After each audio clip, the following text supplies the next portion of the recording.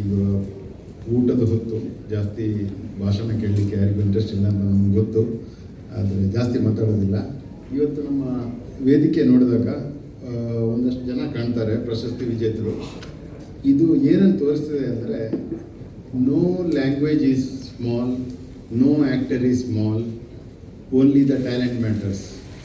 ಅಂದರೆ ಈಗ ಭಾರತದಲ್ಲಿ ಒಂದು 400 ಸಿನಿಮಾಗಳನ್ನು ಈ ರಾಷ್ಟ್ರ ಪ್ರಶಸ್ತಿಗೆ ಆಯ್ಕೆ ಮಾಡಿದ್ದಾರೆ ನೋಡಲಿಕ್ಕೆ.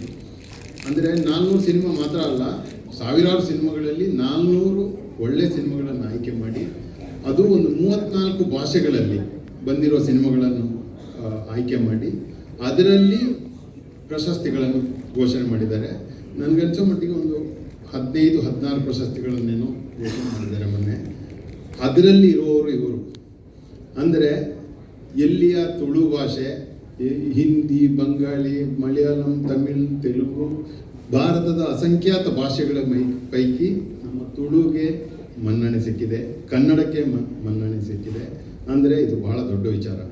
ನಾವು ಯಾವುದೋ ಒಂದು ಇದು ಈ ರಾಷ್ಟ್ರ ಪ್ರಶಸ್ತಿ ಅಂದರೆ ಇದೊಂದೇನೋ ಸಣ್ಣ ಪ್ರಶಸ್ತಿ ಅಲ್ಲ, ದೇಶದ ಸಿನಿಮಾ ರಂಗದಲ್ಲಿ ಕೊಡಬಹುದಾದ ಅತ್ಯುನ್ನತ ಗೌರವವನ್ನು ನಮ್ಮ ಊರಿನ ಇಷ್ಟು ಜನ ತಗೊಂಡಿದ್ದಾರೆ ಅಂದರೆ ನಮ್ಮ ತುಳುನಾಡಿಗೆ, ನಮ್ಮ ಕರ್ನಾಟಕಕ್ಕೆ ಬಹಳ ದೊಡ್ಡ ನನಗೆ.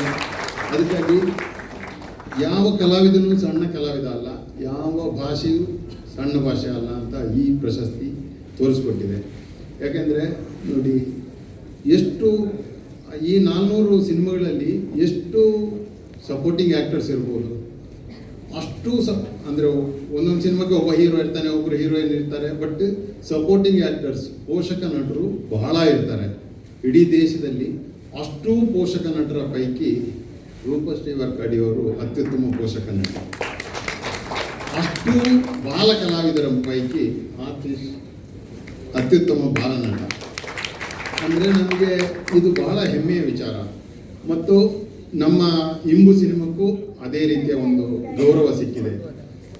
ಇದಕ್ಕಾಗಿ ನಾನು ನಮ್ಮ ಸಿನಿಮಾದ ಮಟ್ಟಿಗೆ ನಾನು ನೋಡೋದಾದರೆ ಇದರ ಸಂಪೂರ್ಣ ಯಶಸ್ಸು ಶಿವಧ್ವಜ್ ಅವರಿಗೆ ಸಲ್ಲಬೇಕು.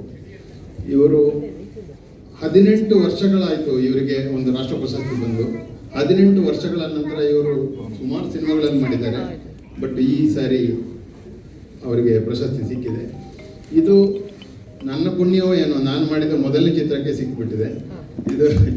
ಇದು ನಮಗೆ ಬೆಂಬಲ ಕೊಟ್ಟ ಎಲ್ಲ ಕಲಾವಿದರು. ನವೀನ್ ಪಟೇಲ್ ಇವ್ರ ಬಗ್ಗೆ ನಾನು ಹೇಳಲೇಬೇಕು. ಯಾಕೆಂದರೆ ಇವರು ನಮಗೆಲ್ಲ ಗೊತ್ತಿದೆ, ಬಹಳ ಅತ್ಯುತ್ತಮವಾದ ಒಬ್ಬ ಹಾಸ್ಯ ಕಲಾವಿದ. ನಾವು ದಿನನಿತ್ಯ ಅವರನ್ನು ರೀಲ್ಸ್ನಲ್ಲಿ ನೋಡ್ತೇವೆ, ಸಿನಿಮಾದಲ್ಲಿ ನೋಡ್ತೇವೆ, ನಾಟಕದಲ್ಲಿ ನೋಡಿದ್ದೇವೆ. ನಮಗೆ ಅವರು ಬಹಳ ಇಷ್ಟ. ಆದರೆ ನಮ್ಮ ಸಿನಿಮಾದಲ್ಲಿ ಅವರೊಂದು ಗಂಭೀರವಾದ ಪಾತ್ರ ಮಾಡಿದ್ದಾರೆ.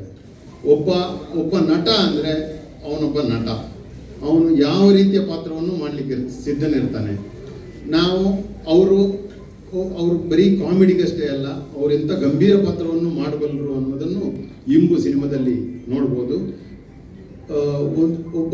ಒಂದು ಎಷ್ಟು ವರ್ಸಟೈಲ್ ಆ್ಯಕ್ಟರ್ ಅನ್ನೋದು ಈ ಇಂಬು ಸಿನಿಮಾ ನೀವು ನೋಡಿದರೆ ನಿಮ್ಗೆ ಗೊತ್ತಾಗುತ್ತೆ. ನಾವು ಸದ್ಯದಲ್ಲಿ ಇದನ್ನು ರಿಲೀಸ್ ಮಾಡಬೇಕು ಅನ್ನೋ ಒಂದು ಪ್ಲ್ಯಾನ್ನಲ್ಲಿನೂ ಇದ್ದೇವೆ.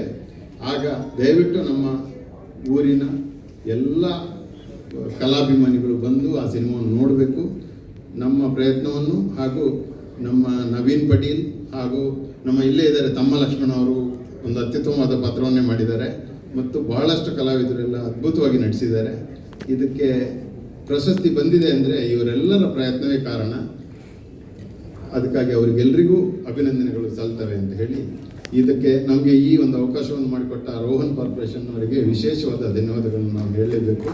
ಅವರ ಬೆಂಬಲ ಹೀಗೆ ನಮಗೆ ಮಾತ್ರ ಅಲ್ಲ, ನಮ್ಮ ತುಳು ಇಂಡಸ್ಟ್ರಿಗೂ ಇರಲಿ. ತುಳು ಇಂಡಸ್ಟ್ರಿನಲ್ಲಿ ಪ್ರತಿಭೆಗೆ ಏನೂ ಕೊರತೆ ಇಲ್ಲ. ಇಲ್ಲಿಂದ ಹೋದ ಕಲಾವಿದರು ಎಲ್ಲ ರಂಗದಲ್ಲಿನೂ, ಸಿನಿಮಾದ ತುಳು ಮಾತ್ರ ಅಲ್ಲ, ಹಿಂದಿ ಯಾವ ಭಾಷೆಯಲ್ಲಿ ನೋಡಿದರೂ ನಮ್ಮ ಊರಿನ ಕಲಾವಿದರಿದ್ದಾರೆ. ಇಲ್ಲಿಯ ನಿರ್ದೇಶಕರು ಬಹಳ ಜನ ಇದ್ದಾರೆ.